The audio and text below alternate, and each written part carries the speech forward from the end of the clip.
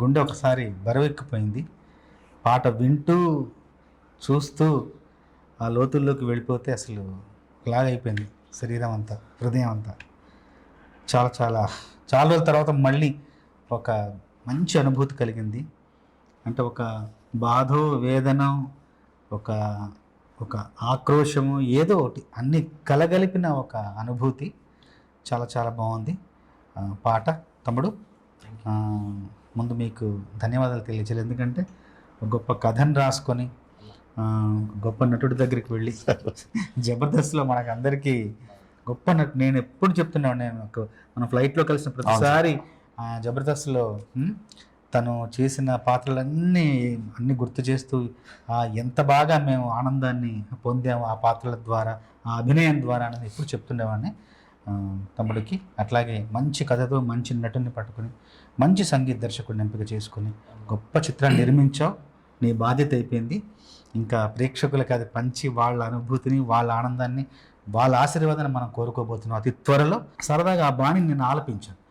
మామూలుగా రాసిన తర్వాత పాడింది నిర్మాతకి, మీకు సినిమా సంగీత దర్శకు పంపించిన అలవాటు. టక్కన పంపించగానే హర్షవర్ధన్ బ్రదర్ ఆ పాట వినేసి, సార్ చాలా బాగుంది, చాలా బాగా రాశారు, అంతకంటే ముఖ్య విషయం ఏంటంటే మీరు చాలా బాగా పాడారు కూడా, మీరే పాడాలి, నేను వేరే ఏ గొంతును ఊహించుకోవట్లేదు ఈ పాటలో, మీ రచనను మీ గొంతులను ఊహించుకుంటున్నాను, మీరు పాడి పంపించారు, నాకు ఇంక ఇదే నచ్చింది. అంటే రంగస్థలం తర్వాత, రంగస్థలంలో ఊరయ్యన పాట నేనే రాశాను, నేనే పాడాను కూడా.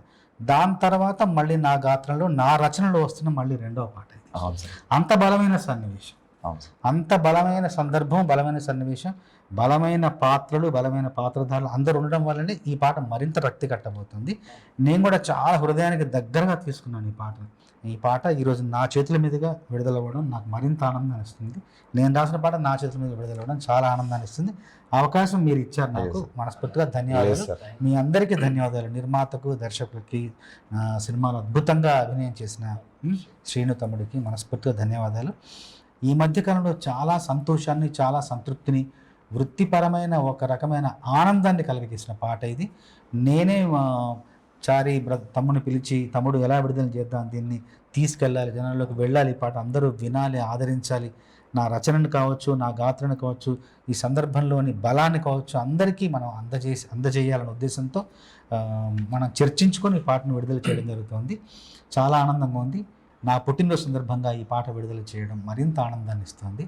చాలా చాలా హ్యాపీగా ఉంది. ఎందుకంటే మేము అడిగిన వెంటనే సార్ ఆ టైం ఇచ్చి, మేము కలిసి ఒక అవకాశం ఇచ్చి, ఒక చిన్న సినిమా అని ఏమీ లేకుండా ఆయన ఒక పెద్ద సినిమాలకి, పెద్ద ప్రొడక్షన్కి ఏదైతే ఎంత ఎఫర్ట్ పెడతారో యాజ్ ఇట్ ఈజ్గా దాంట్లో ప్రేమ కానీ, ఆ రిసీవింగ్ కానీ ఏమాత్రం తగ్గకుండా ఆయన సమయాన్ని ఇచ్చి మమ్మల్ని ఈ సినిమాకి ఇంత ప్రేమ చూపించి మా మీద ఇంత ఆశీస్సులు ఇచ్చినందుకు సార్ మనస్ఫూర్తిగా sir thank you so much sir. Thank you so much sir. Thank you so much sir. మీరు లేని, మిమ్మల్ని చూడని రోజు తెలుగు ప్రేక్షకులకు ఉంటుందా? ప్రపంచవ్యాప్తంగా మిమ్మల్ని చూడని రోజు, మీ ద్వారా నవ్వులు పూయని రోజు ప్రపంచంలో ఏ తెలుగు ప్రేక్షకుడికి ఉండదు. మీరు మరో కొత్త అవతారంలోకి, మీలోని నటనలోని లోతును, గాఢతను, సాంద్రతను తెలియజేసే పాత్ర మీకు నిజంగా లభించింది.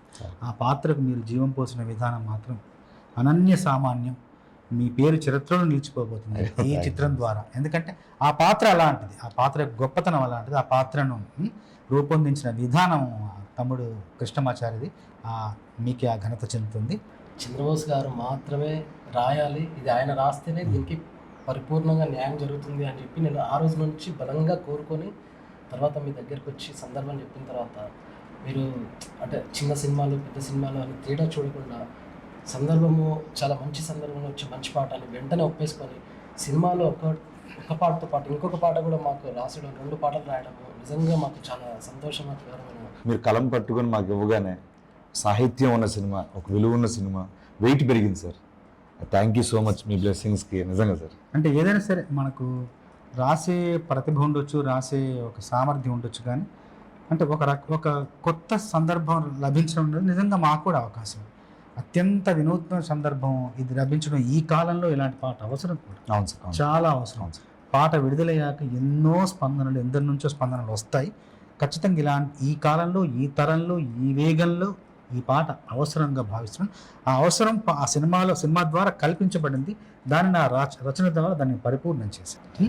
మరొక్కసారి సినిమాలో నటించిన నటీనటులకు, సాంకేతిక నిపుణులకు, నిర్మాతలకు అందరికీ మరొకసారి నా మనస్ఫూర్తిగా నా అభినందనలు తెలియజేస్తూ, సినిమాలోని పాటలతో పాటు సినిమాలో రాజయోధ పాట కావచ్చు, ఇప్పుడు మొన్న వచ్చిన దిస్ ఇస్ మై దరిద్రం పాట కావచ్చు, ఇప్పుడు ఈ పాట కావచ్చు, అన్ని పాటలు ప్రజాదరణ పొంది సినిమా గొప్ప విజయం సాధించాలని మనస్ఫూర్తిగా కోరుకుంటున్నాను.